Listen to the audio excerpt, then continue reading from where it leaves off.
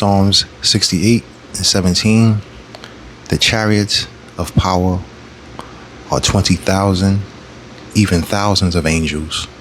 The Lord Yahawah, Bahashem Yahawashi, is among them, as in Sinai, in the holy place.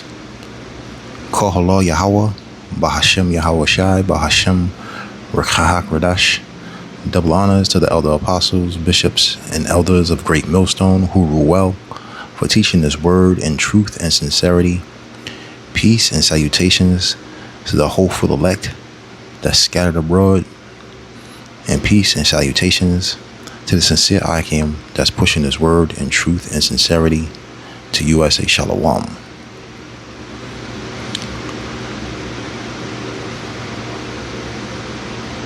In Psalm 68 and 17, it shows us how we were protected, during that exodus from Egypt, out of our captivity. It shows how the Lord Yahawah Bahashem Yahawashi used his chariots to give us overall protection as we were proceeding through the wilderness and proceeding to the land that was promised to us. The overall Great Millstone theme is, as per ChatGPT, the physical world is not the whole picture. The Most High, Yahawah Bahashem Yahawashi, has an unseen army, and those who are spiritually awakened can understand that his power exceeds any earthly threat. So we have Esau Edom, so-called white man. He'll portray these chariots as UFOs, unidentified flying objects, or UAPs, unidentified anomalous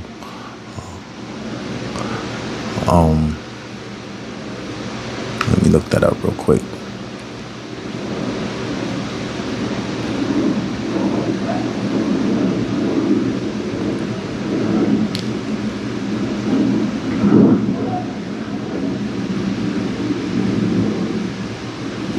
It's an unidentified anomalous phenomenon. So there was an article that came out roughly a day or so ago, and it has the title is Mysterious Orb Seen Racing Over Residential Area in New UFO Files. There's a story by Rebecca Peter, if I'm pronouncing it right, from the BCC, the British Broadcasting Corporation. The article reads, The Pentagon has released a fresh batch of declassified UFO files. Those UFOs are the chariots of the Most High, the chariots of our power, Yahawah Bahashem Yahawashi, with never before seen footage rendering the documents chronicling the mysterious objects.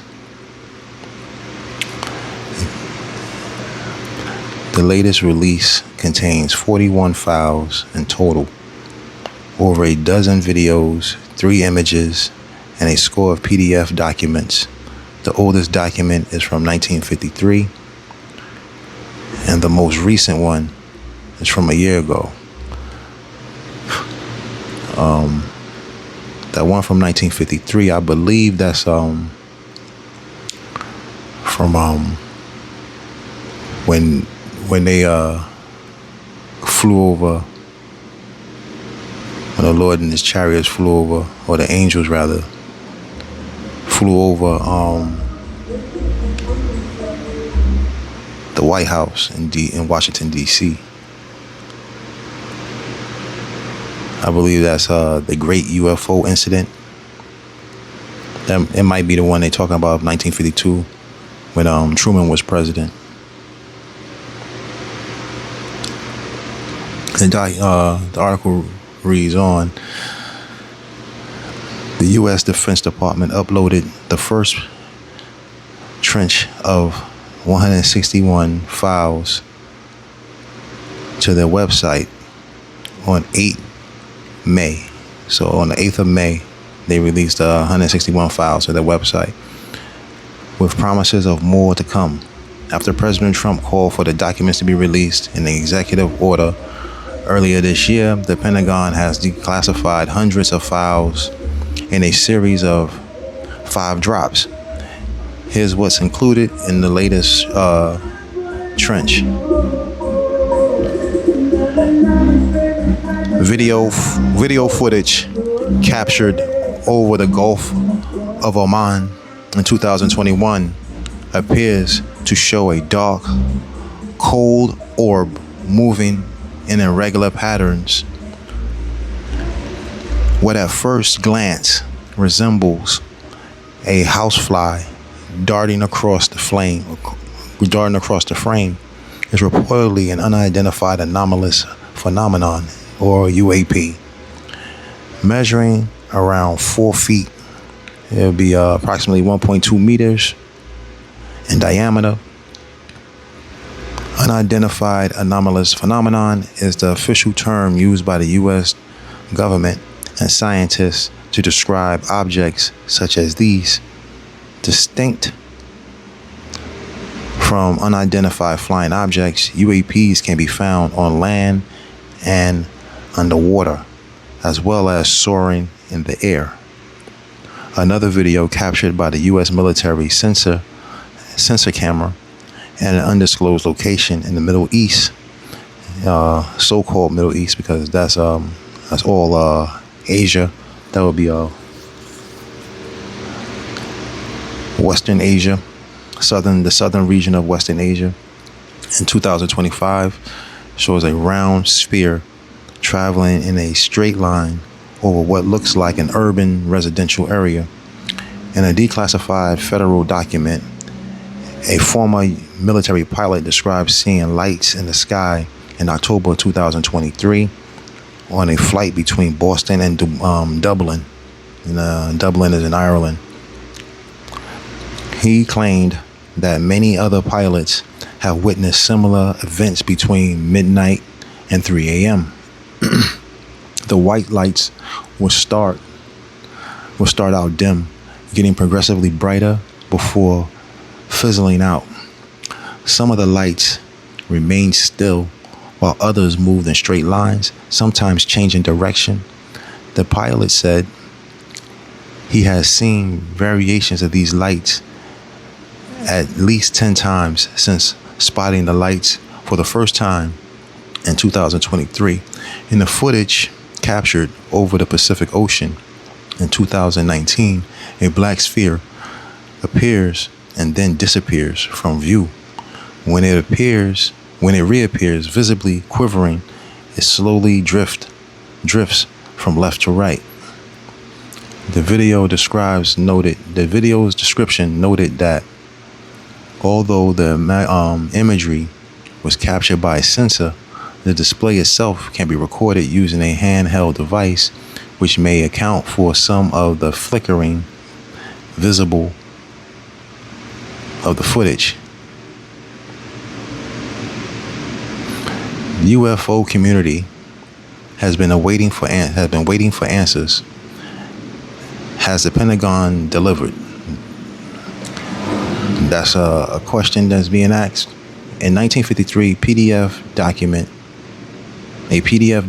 1953, a PDF document, the U.S. Naval Photograph Interpretation Center outlines its conclusion about 2 videos captured in the western United States, in Montana and Utah in 1950 and 1952, respectively.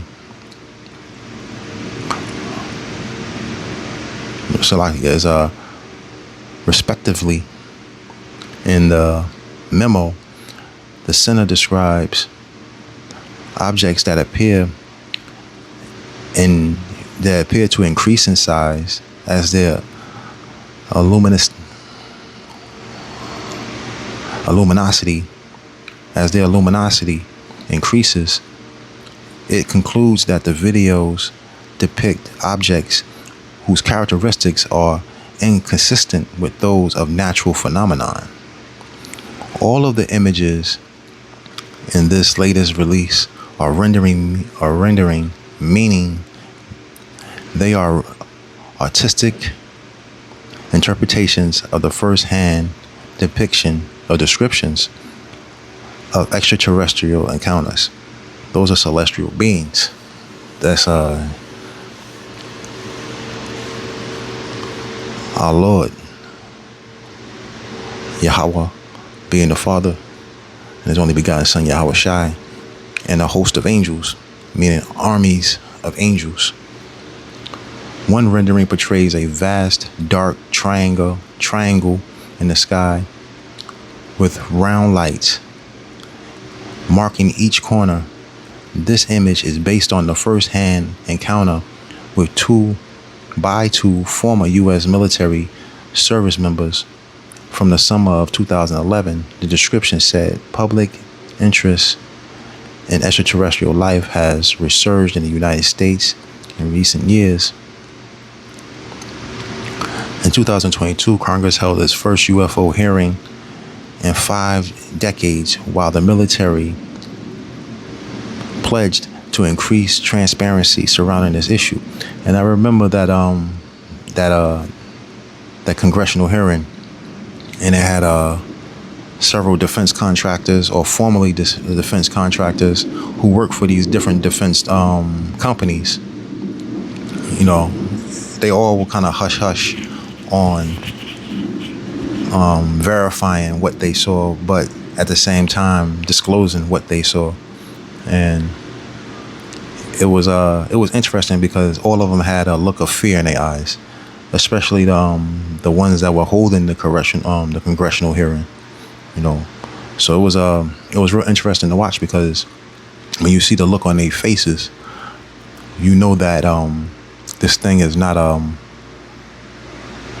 it's not something that's made up or fabricated. They actually saw these things, and they were terrified at what they saw, because they have no technology that has that capability. And I hear, it's hard to find that now. Like, I had it saved, and when you go to it, you can't. They pretty much took it off of YouTube, so it's hard to find that video. But you can find it in bits and pieces. But that whole congressional hearing was about 3 hours, and everybody was pretty much. It was a scattering of minds, a scattering of thoughts, because nobody really could describe like in full detail about what they saw, as far as like,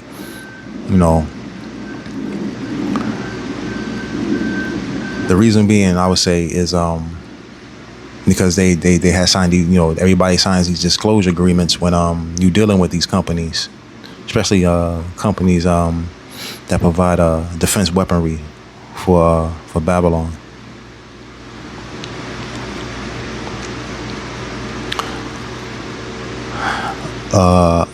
According to this, it says announcing its 5th drop of files. Pentagon spokesperson Sean Purnell said the department will release additional documents on a rolling basis, and that's pretty much it on that, on that particular article. But they're terrified of what they saw. They terrified of what they see, and this is just the beginning of what's to come, because the Most High Yahawah Ba'Shem Yahawashi is set to visit this place. It's all, it's all according to his time frame of when all these things pretty much come about.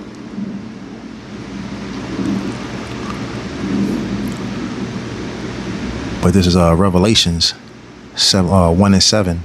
Behold, he cometh with clouds, and every eye shall see him. That's how big these chariots are going to be, man. You know, they get big, they get small. You know, they change colors, they change directions. They can go in a straight line, and then just suddenly change into a 90-degree angle. You know, change in any direction they want. You know what I'm saying? They can go in the water, they can come back on land. You know, so that technology is frightening to these Edomites and these heathen nations, particularly these Edomites, because they know their fate. I'll start that verse over again in Revelation 1:7. Behold, he cometh with clouds, and every eye shall see him, and they also which pierced him. So they're showing you also reincarnation. Those that pierced him when our Lord Yahawashi was on the cross, you know, when he was being crucified. Those Romans that pierced his skin, you know, to make sure they to see if he was dead or alive. So they pierced his skin, and he's telling you that these people are going to be here. They are here today because this is the last captivity. The Lord is set to come back during this generation.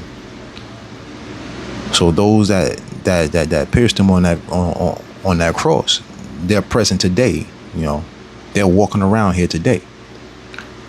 And all kindreds of the earth shall see him, Shalakia, and all kindreds of the world, of the earth, shall wail because of him, even so, Amen. So everybody gonna see, everybody is gonna witness the Lord in his return. And then and people gonna be faint of heart, man. You know what I'm saying? All those scoffers, all those mockers, all those that ignored the word, you know, all those that didn't believe, that don't have that faith.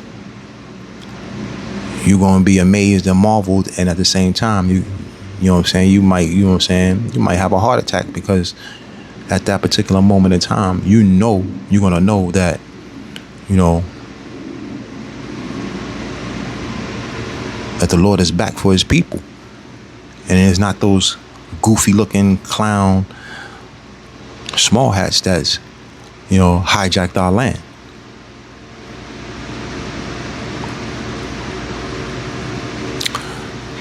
This is Ezekiel 1, and we read verses 3 and 4. The word of the Lord Yahawah came expressly unto Ezekiel the priest, the son of Buzai, in the land of the Chaldeans by the river Chabar. And the land of and the hand of the Lord Yahawah was there upon him. So this is basically speaking of Babylon the Great. You know, this is the land of the Chaldeans. This is Babylon the Great. This is spiritual Sodom and Egypt. This is all these are right here. Babylon is all those ancient kingdoms all rolled up into one. This is the revival of the Roman Empire. So all those wicked kingdoms are present today. Like spiritually, they're all they make up this place called Babylon, because Babylon has so many different rituals and, you know, different abominations that all those other nations produced is all rolled up in one here in Babylon. Verse 4, and I looked, and behold, a whirlwind came out of the north, a great cloud, and a fire enfolding itself, and a brightness was about it, and out of the midst thereof, as the color of amber, out of the midst of the fire. So that's how these chariots, that's the power. That's what these chariots,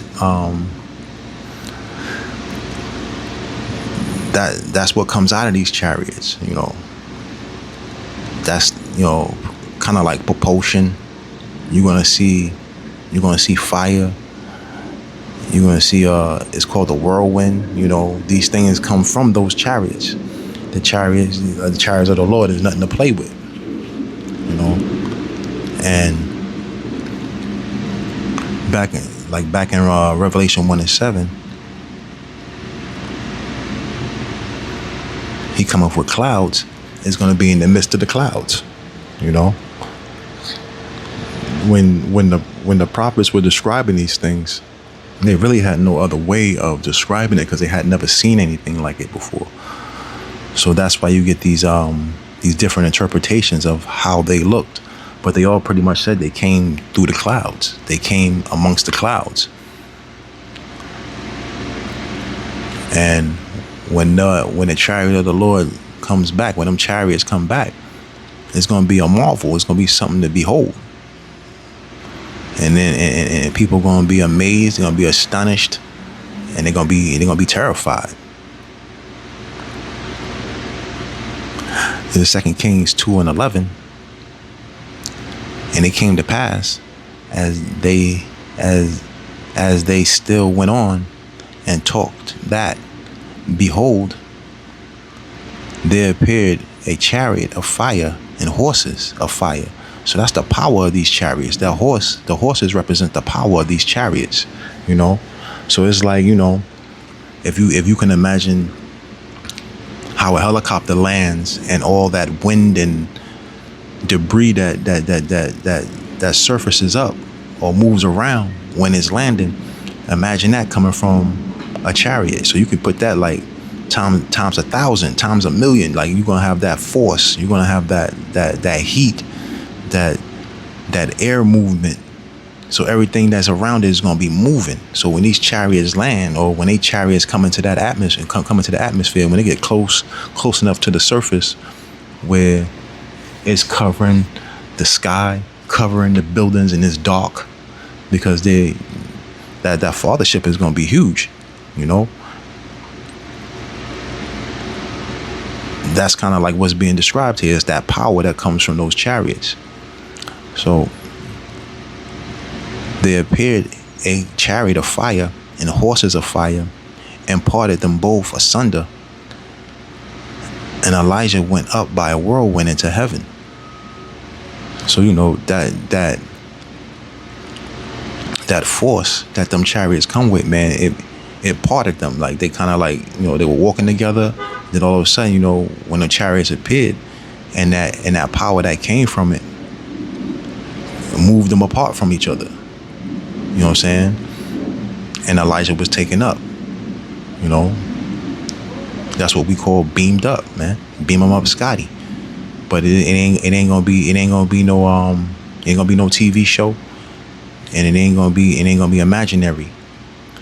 You know, the Lord is coming with great wrath and great power to retrieve what's rightfully his people and his land. And Elisha, this is verse 12, 2 Kings 11 and 12, 2 Kings 2 and 12.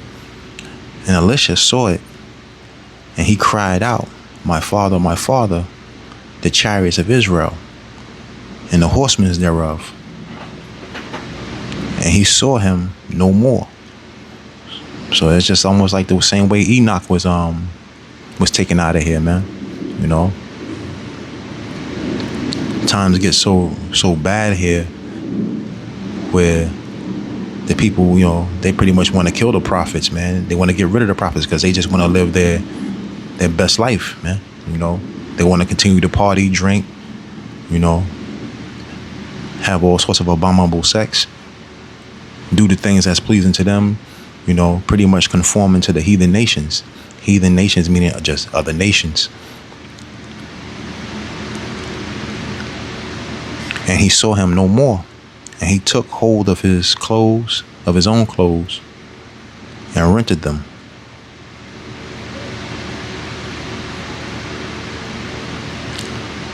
So Elisha was amazed at what he saw.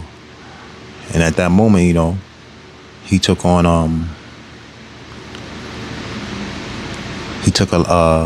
Elijah's mantle, which, you know, which was his notes, his books, the things that he was writing down, things that the Lord was telling him, things that the Lord was telling him to prophesy amongst Israel.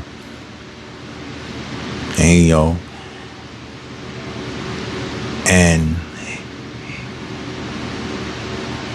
he pretty much proceeded in the works, you know. We enter into other men's labor. So that's what he did.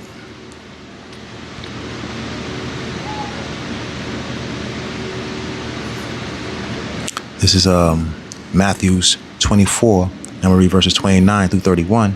Immediately after the tribulation of those days, the sun shall be darkened, and the moon shall not give her light, and the stars shall fall from heaven. That's how big the chariots are, man. That's how big the fathership will going to be when it breaks this atmosphere.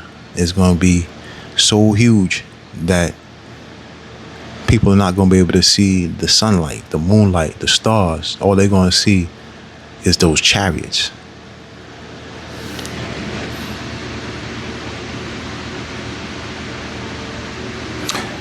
Read that again.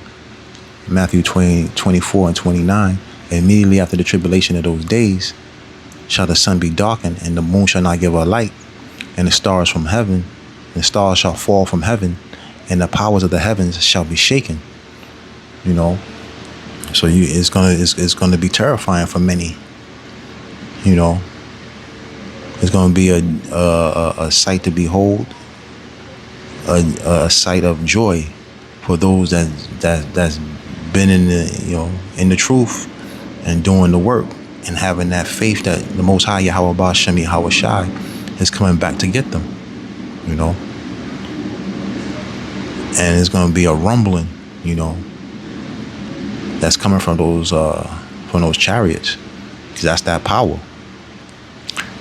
Verse 30, and then shall appear the sign of the Son of Man in heaven, then shall all the tribes of the earth mourn, because then they're gonna know that they were wrong, you know. They're gonna know they was wrong, and they know that their time is up, man. You know, all this living life to the best of your abilities, you know, conforming to these other nations, especially to the nation of Esau, Edom, and just ignoring the Lord's cry, the Lord ignoring the Lord when he enters into your dreams, into your mind. That's even if, you know what I'm saying, he's dealing with you in that fashion, you know. But nevertheless, all the tribes of the earth shall mourn. Then shall all the tribes of the earth mourn, and they shall see the Son of Man coming in the clouds of heaven with power and great glory. And that's that power that's being spoke of when you talk about the chariots of the Lord and that fire and the horses that come from it. And he's going to be in his glory.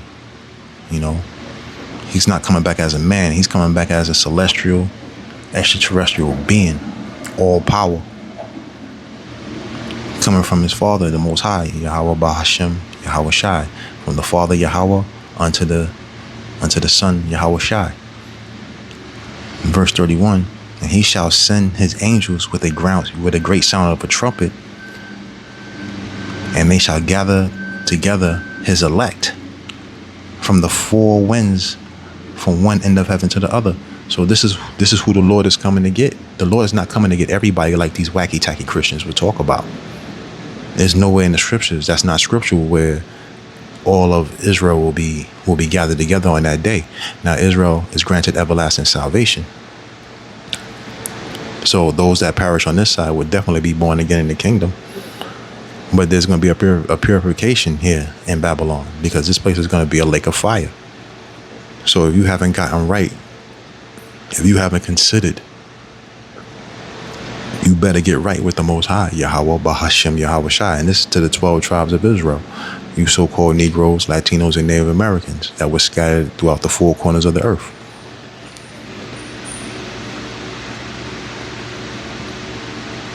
You know, that also goes in, the precept to that is Mark 13.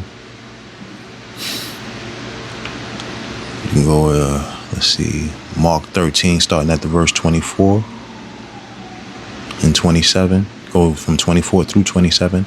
But in those days, after that tribulation, the sun shall be darkened, and the moon shall not give her light, and the stars of heaven shall fall, and the powers of the heavens shall be shaken.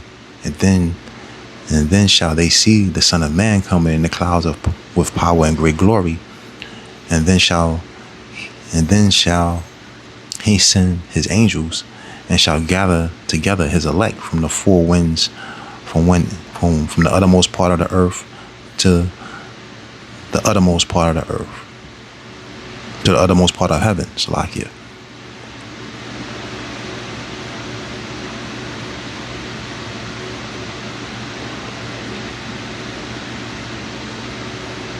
So it's not, you know what I'm saying? It's not going to be long, man. The Lord is coming back. And he's angry at these heathen nations, particularly Esau, Edom, whom he hate. When you say that the Most High is all love, that's not scriptural either. Because there's a particular people that the Lord has an indignation forever with, and that's Esau, Edom. And he's coming back to put them in, to take them out of power, take them out of the power seat, destroy their kingdom, and put them in hardcore bondage, which is called captivity. That's the same thing they did to us is going to be handed on to them double. And 2/3 of our people has to be purified through fire. You know, the first purification was water. This one is going to be through fire. And there might still be, you know, some 2/3 left, you know, or a scattered elect that's amongst the 2/3, you know. But it's looking like, you know what I'm saying, the Lord sealed his elect, man, and you're starting to see prophecies play out, man. So if you haven't gotten yourself right with the Most High, and his name is Yahawah, and his only begotten son's name is Yahawashi, it's not God and Jebus. So if you haven't repented and gotten yourself right, man, hey, it's all on you, man. Each man is accountable for his own salvation, you know. So with that, I'd like to give all praise, honor, and glory unto Yahawah, Bahashem Yahawashi, Bahashem Rakahak Radash, Abad Babal.